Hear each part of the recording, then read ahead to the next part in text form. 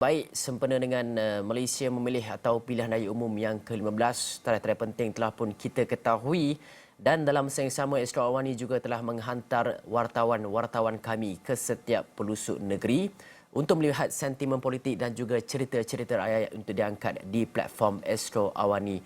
Dan dalam masa yang sama, kami ingin melihat kepada negeri di utara, negeri Pulau Pinang, yang mana kami telah pun menghantar Umavati Ramayah yang telah pun berada di sana sejak daripada semalam untuk melihat perkembangan politik di sana. Dan Uma turut sama melihat kepada beberapa perkara, cerita-cerita rakyat, isu-isu yang dibangkitkan dan bagaimana sebenarnya orang kata hot seat, kerusi-kerusi panas yang berada di kawasan Pulau Pinang, yang mana kita tahu walaupun kerajaan Pulau Pinang menyatakan hasrat untuk membubarkan DUN bersekali dengan ataupun selari dengan pilihan raya umum ke-15, tetapi hasrat itu tidak ditunaikan sendiri oleh Majlis Presiden Pakatan Harapan yang menyatakan hasrat untuk tidak bubarkan DUN Pulau Pinang. Dan ini Pulau Pinang termasuk dengan Selangor dan juga Negeri Sembilan untuk tidak bersama-sama membubarkan DUN mereka. Jadi, Umar, melihat kepada keadaan situasi di Pulau Pinang, kalau kita lihat PRU yang ke-14, komponen PH, DAP 7 kerusi parlimen, 19 kerusi DUN, PKR ada 4 kerusi parlimen, 14 kerusi DUN,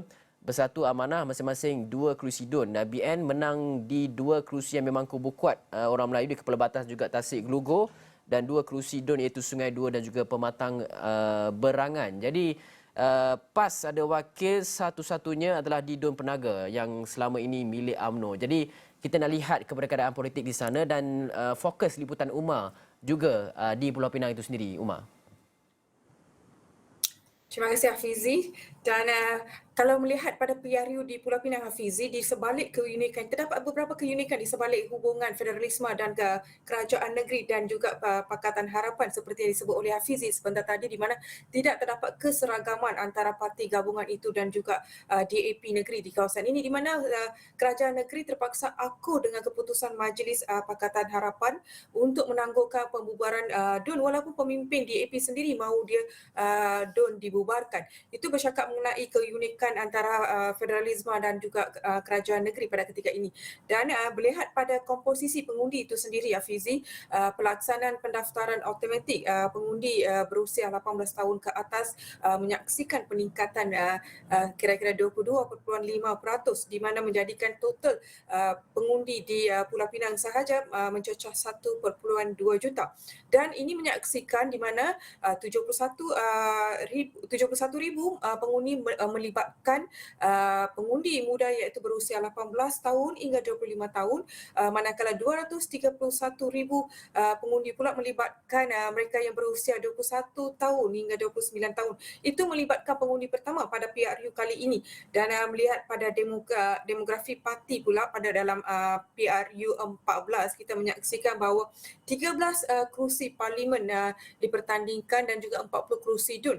Dan parti yang mendominasikan negeri Pulau Mutiara ini tentunya DAP yang mentandingkan 7 kerusi, di mana kesemua 7 kerusi dimenang oleh DAP, manakala PKR sendiri memenangi 4 kerusi dipertandingkan, dan juga Barisan Nasional yang mempertandingkan 13 kerusi parlimen hanya memenangi 2 kerusi. Dan bercakap mengenai hot seat, Hafizi, tentunya tumpuan akan terarah kepada 2 parlimen ini, iaitu Parlimen Ibu Tebal yang penyandangnya merupakan Datuk Mansur Osman, dan juga Tasik Gelugor yang disandang oleh Datuk Syahibuddin Jaya.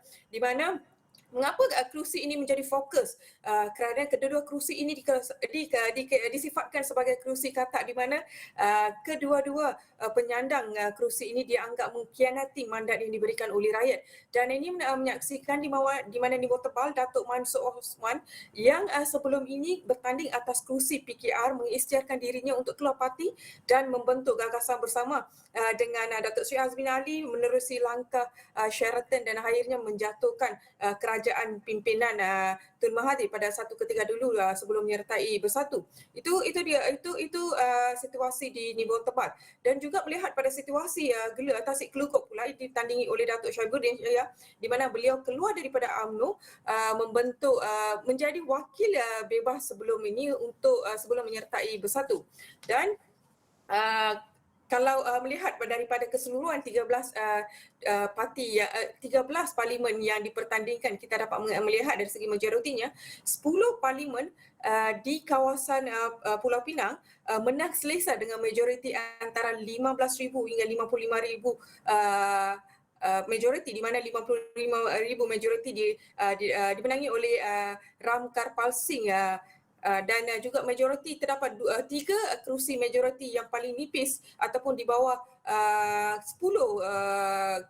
yang disifatkan sebagai menang dalam keadaan yang agak terdesak juga, di mana kerusi kepala batas yang ditandingi oleh Datuk Seri Rizal Medika, di mana hanya memenangi majoriti 4,000. Tasik Lugu hanya memenangi 81 kerusi, dan ini merupakan dua kerusi yang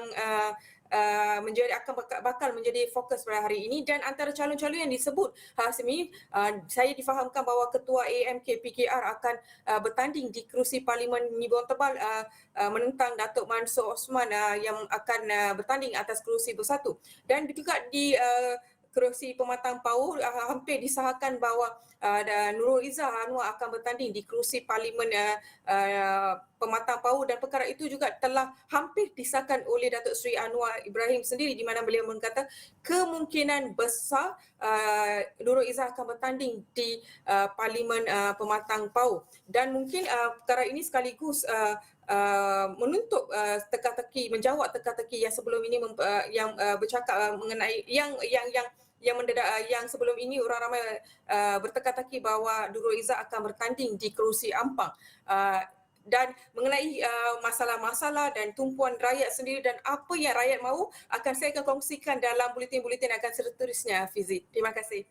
Okey, baik. Sementara Umar Bati berada di Pulau Pinang, saya sarankan rancang jadual liputan dan juga rancang nak pergi makan ke mana. Sebab Pulau Pinang memang terkenal dengan kelazatan makanan yang sememangnya 24 jam ada. Okey, baik. Terima kasih Umar atas liputan dan juga laporan di Pulau Pinang.